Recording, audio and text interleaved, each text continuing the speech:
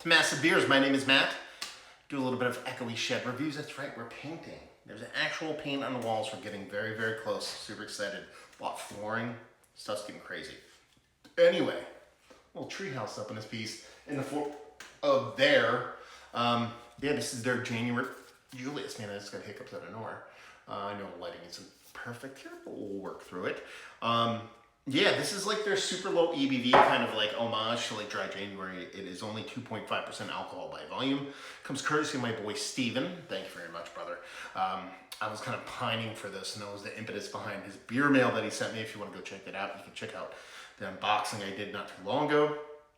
As far as what it actually says on this can, it says January Julius is innovative American crusher ale brewed with literally buckets of juicy hand-selected American hops and just the smallest blend of tropical fruit puree. It pours light yellow in color in a glass with an appealing head and carries notes of ripe mango, mixed tropical fruit, and vibrant citrus. It's delightful and there's nothing else like it. At just 2.5% alcohol by volume, it strikes the perfect balance between body, flavor, and drinkability while enabling you to hold strong onto those New Year's resolutions with minimal alcohol and calories. Enjoy. 1-4, this was canned. We are at the end of January, so you're talking about, give or take, about 3 weeks old. Again, a little snowflake kind of vibes, why is my focus is locked? It should not be locked. There we go. That'll work better. So, yeah, you can see it's kind of like a golden hue kind of going on. We'll see what's what. So yeah, working out in the shed. Gonna bring a couple of review beers out here and kind of do some couple of reviews while I'm out and about here doing my thing. Didn't actually do any painting yet today.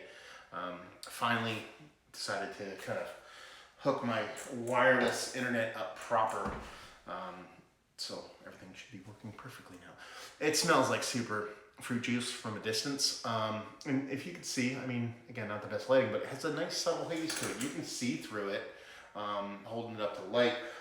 It looks like an old school low ABV hazy pale, so you're talking 2.5%. We're not expecting a huge turbid body on it, just off-white head.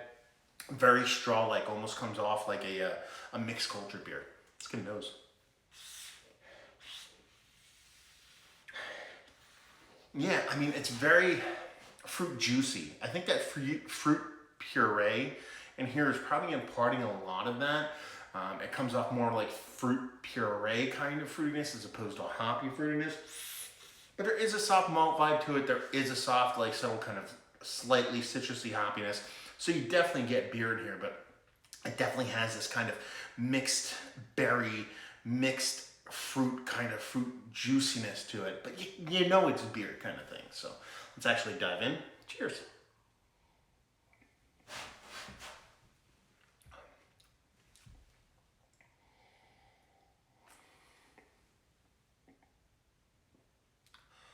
It's not a bad beverage. Is it beer? It's a weird one because it's very tasty. In that fruit puree is definitely bringing a lot of that fruit flavor to the beer itself. You can just tell it's not hop derived. You know there's a malt there. It comes off slightly undercooked, kind of like a lot of non-alcoholic beers, but nearly as wet, damp, oaty as those tend to come off.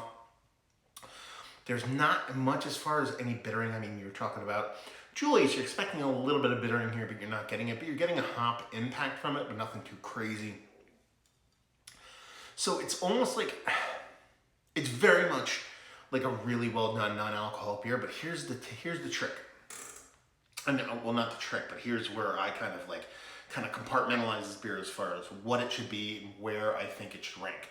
So at 3.5%, or give or take low threes, I've had amazing hazies. You know, a Baby Genius from Bissell, stuff like that. People have really creeped into that 3% range and has delivered a really, really tasty hazy. Sierra Adams, just a haze. Their non-alcoholic hazy comes off more like a hazy IPA than this. So while this is fun and tasty, and I really do appreciate the low ABV, I mean, you guys know me, that's where I kind of hang my hat. That's the hill I die on. I love my low ABV crushers. If you say, hey, is this going to give you more of a hazy IPA kind of vibe than 0% just haze from Sam Adams? No, I actually find it as a better low ABV, no ABV. Well, technically as an ABV. Hot dog buns have a higher ABV than non-alcoholic beers. But anyway, yeah, it's one of those things where it's like I dig the cut. I dig the swing at it. I really appreciate that Treehouse did something super low ABV like this. But it can be done better, I think. Bissell, I believe, is the best who gets it right at that low ABV marker. I think Sam Adams and some of the, what was it, that brewery out west, Roots, I forget. You can go check them out. Dry January from last year, I did some of their NA stuff. There you get really great on the IPA tip. Athletic is pretty well known. They get pretty awesome. Tastic. Those are words. At the low ABV stuff. And while I think this is tasty, it's fun. It's nice. I'm going to drink the whole thing. It's not going to go to waste. I think it can be done better. It comes off a little bit too more that fruit puree than actual low ABV hazy beer. But it's tasty nonetheless. So there you go. Thank you very much, Stephen, for sending it off. And let's talk. Have you had Treehouse beers?